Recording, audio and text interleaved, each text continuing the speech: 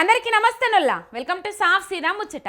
దోసుకునేటోడు దోసుకపోయిండు, తడకదీసి చూసినోంది తప్పైనట్టున్నదట మంత్రి సీతక్క మాటలు చూసినోళ్లకు.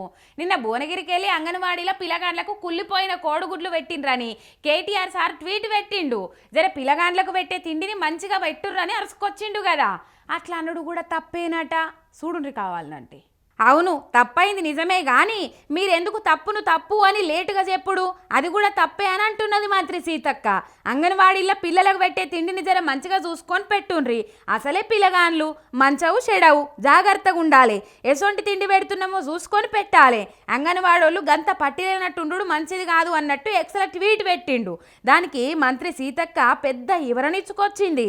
కేటీఆర్ గారు అడగక ముందే మేమే బాధ్యులను సస్పెండ్ చేసినాం, కాంట్రాక్టర్కు మెమో జారీ చేసినాం. అయినా అది 4 రోజుల కింద అయిన ముచ్చట. కోడిగుడ్లు గుళ్ళిపోయింది పెట్టిండ్రు నిజమే, కానీ 4 రోజుల కింద అయితే కేటీఆర్ ఇప్పుడెందుకు పెట్టాలి ఎక్సలా అని కొత్త తీర్ల లాజిక్ తీసుకొచ్చింది అక్క.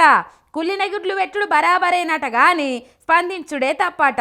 కుళ్ళిన గుడ్లు బరాబరు పెడతాం కానీ ఇదేందని వాళ్ళని అడుగుడు తప్పైనట్టున్నది అక్క మాటలని అనుకొస్తుండ్రు నెటిజన్లు.